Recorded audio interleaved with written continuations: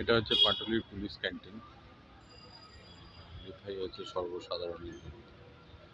আমি আজকে চলে এসেছি পাটুলির পুলিশ ক্যান্টিনে। চলুন ভেতরে গিয়ে দেখি, পারমিশন নেব, যদি ভিডিও করতে দেয় তারপর দেখাচ্ছি। ভাত চলে এসছে, এরপর ডিমের ঝোল, ভাত ওটা দেখাতে পারবো না।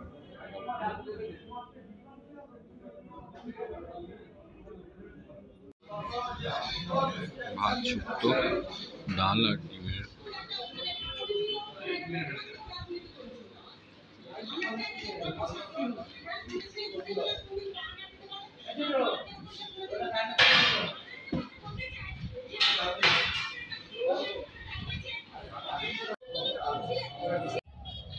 ওকে, সো এটা হচ্ছে ফ্লোটিং মার্কেট কলকাতার, বাট এখন ভেতরে বন্ধ আছে।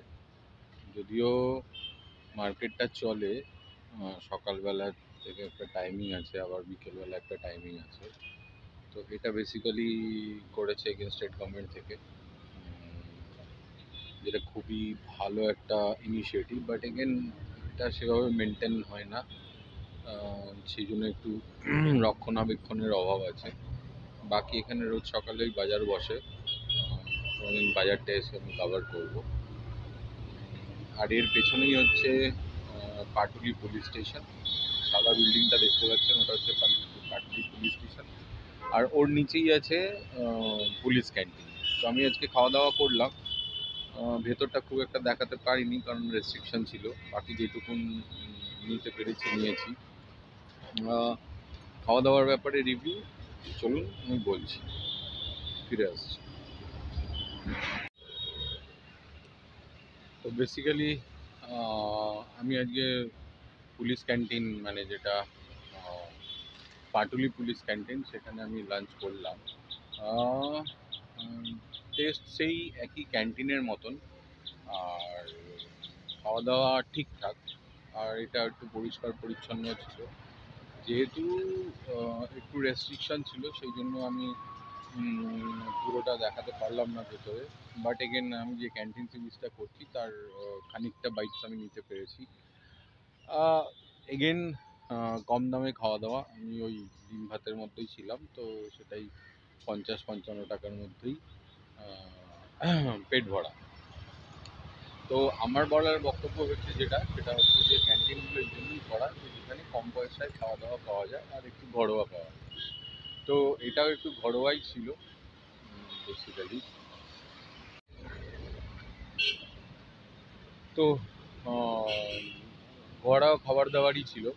আর যেটা বলার আমার, যে এই চত্বরে যদি কেউ কাজকর্মে আসেন সেক্ষেত্রে পাটুলির দিকে বা কামালগাজির দিকে বাইরে আর রাস্তায় হয়তো প্রচুর খাবার দাবারের জায়গা আছে, কিন্তু পাটুলির ওই পুলিশ স্টেশনের ক্যান্টিনের খাওয়া দাওয়া আপনি খেতে পারেন, যেটা খুব সাদামাটা আর খুব পকেট ফ্রেন্ডলি, যেটা আর পরিষ্কার পরিচ্ছন্ন।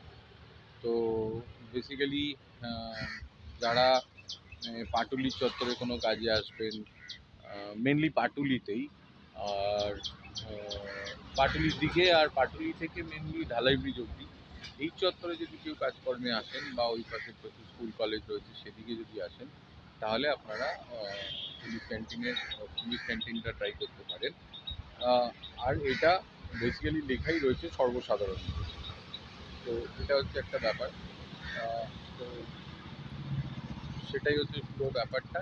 বাকি আমি যেখান থেকে ভিডিওটা করছি আপনাদের একটু দেখাবো, সেটা হচ্ছে বেসিক্যালি দেখাই একটু আপনাদের।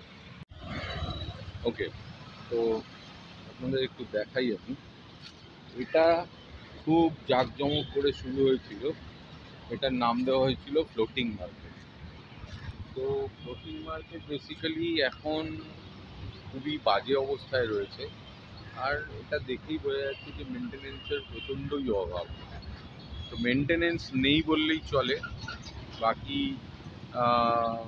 যেহেতু কলকাতা শহরের জায়গা কমে যাচ্ছে, সেই জন্য এই খালটাকে একটা ফ্লোটিং মার্কেটের, ব্যাংককের যে ফ্লোটিং মার্কেট আছে সেই কায়দায় এটা করা হয়েছিল বা এটা শুরু হয়েছিল।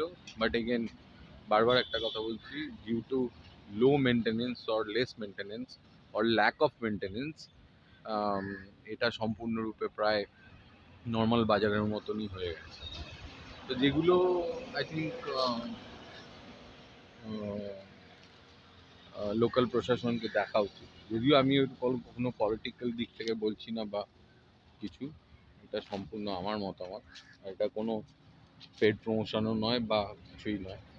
এগুলো একটু পরিষ্কার পরিচ্ছন্ন হলে কলকাতা শহর আরও ভালো হবে। কলকাতার যে সুনাম ছিল, আছে, থাকবে, সেটা আগামী দিনেও থাকবে। তো এটাই হচ্ছে বলার বক্তব্য। বাকি আপনারা যারা আমার ভিডিও দেখছেন তাদেরকে আমি আবার ধন্যবাদ করতে চাই। অসংখ্য ধন্যবাদ। যেটুকুই দেখছেন, যেভাবেই দেখছেন, যেখান থেকেই দেখছেন, অসংখ্য ধন্যবাদ।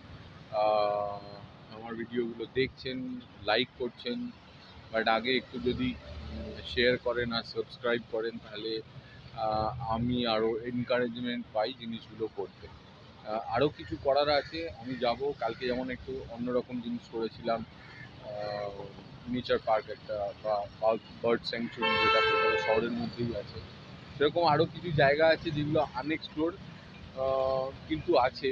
তো সেইগুলো আমি করার চেষ্টা করব, not only in Kolkata. But যখন আমি আপনাদের থেকে সম্পূর্ণ সাপোর্ট পাবো, সেখান থেকে আমি পশ্চিমবঙ্গের বিভিন্ন জায়গায় যেসব ফরেস্ট রয়েছে বা ন্যাশনাল পার্ক রয়েছে আর বার্ড স্যাংচুরি আর বিভিন্ন রকম অ্যানিমেলের হসপিটাল রয়েছে, সেগুলো আমি কভার করার চেষ্টা করব।